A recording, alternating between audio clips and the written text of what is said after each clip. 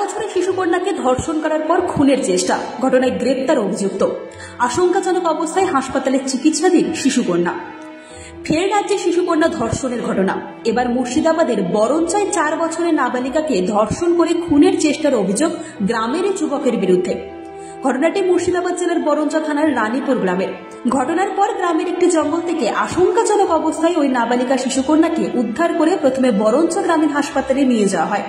সেখান থেকে চিকিৎসকেরা কান্দি মহকুমা হাসপাতালে স্থানান্তরিত করে। আশঙ্কাজনক অবস্থায় বর্তমানে কান্দি মহকুমা হাসপাতালে ভর্তি ওই নাবালিকা শিশুকন্যা। সূত্রের খবর, খেলার সময় ওই নাবালিকা শিশুকন্যাকে তুলে নিয়ে যায় গ্রামের এক যুবক টিটু বিত্তার। পাশের একটি জঙ্গলে নিয়ে গিয়ে অভিযুক্ত যুবক ওই শিশুকন্যাকে ধর্ষণের চেষ্টা করে বলে অভিযোগ।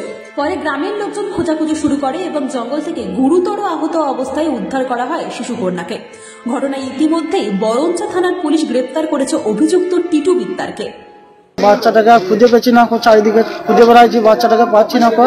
পাশে কিন্তু অনেকজন মাঠে কাজ করছিল, ওদিকে জিজ্ঞেস করলাম যে একটা বাচ্চাকে একটা লোক ধরে নিয়ে এসছে, এদিকে কোথায় কোন দিকে গেল বলতো। বলছি যে বাচ্চাটাকে এই আধারের ভিতর দিকে ঢুকলো, দিয়ে গিয়ে দেখছি যে আমরা তখন দেখছি যে বাচ্চাটার সঙ্গে খারাপ রকম কাজ করছে। হ্যাঁ, দিয়ে বাচ্চাটাকে ওখান থেকে ওকে ওইখান থেকে ছাড়িয়ে ওকে ফেলে দিয়ে বাচ্চাটাকে ওর কাছ থেকে ছাড়িয়ে আমি আধার থেকে বার করলাম। বের করার পরে ওকে ধরে রাস্তার মধ্যে নিয়ে এলাম, রাস্তাতে পাবলিকে মারধর করেছে। হ্যাঁ, রিপোর্ট আজ বাংলা।